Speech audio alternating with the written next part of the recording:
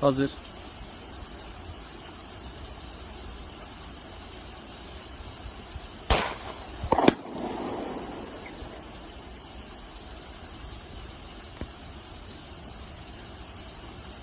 Burada pet şişenin kapağını vuran, sonra da profil demirde bir çökme bırakan seken mermi çekirdeğini yeri.